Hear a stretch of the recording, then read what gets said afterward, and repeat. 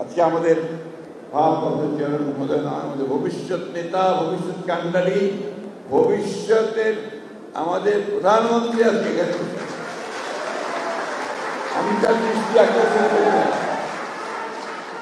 আমি তার প্লিজ আরে ভাই স্লোগান দিও না, স্লোগানের রাজনীতি বাদ দিতে হবে, প্লিজ প্লিজ প্লিজ স্লোগানের রাজনীতি বাদ দিতে হবে।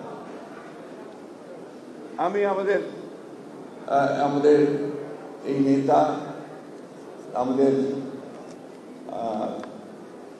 ভবিষ্যতের প্রধানমন্ত্রী, তার দৃষ্টিতে জানতে চাই। তার স্ত্রী একজন প্রখ্যাত চিকিৎসক,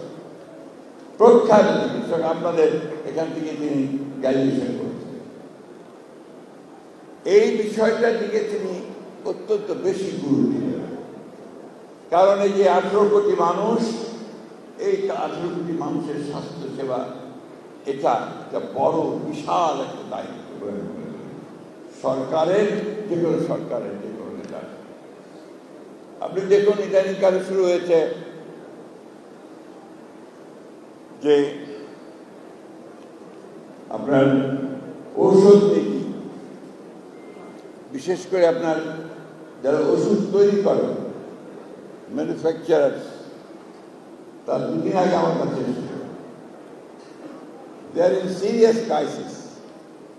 যে বর্তমান সরকারের যিনি সহকারী উপদেষ্টা আছেন চিকিৎসা স্বাস্থ্য মন্ত্রণালয়ে, তিনি এমন কতগুলো ব্যবস্থা আইন দিচ্ছেন যাতে করে ইন্ডাস্ট্রি বন্ধ হয়ে যাবে। এই যে বিষয়গুলো, এগুলো কিন্তু আমাদেরকে অ্যাড্রেস করতে হবে। আজকে যেখানে আমাদের এই ইন্ডাস্ট্রিটা পৃথিবীর সঙ্গে আপনার কম্পিট করছিল, বাইরে এক্সপোর্ট করছিল, এখন তারা বলছে যে আমাদেরকে ফ্যাক্টরি বন্ধ করে দিতে হবে। অর্থাৎ এই সরকারের নীতিগুলো এমন হয়ে দাঁড়িয়ে।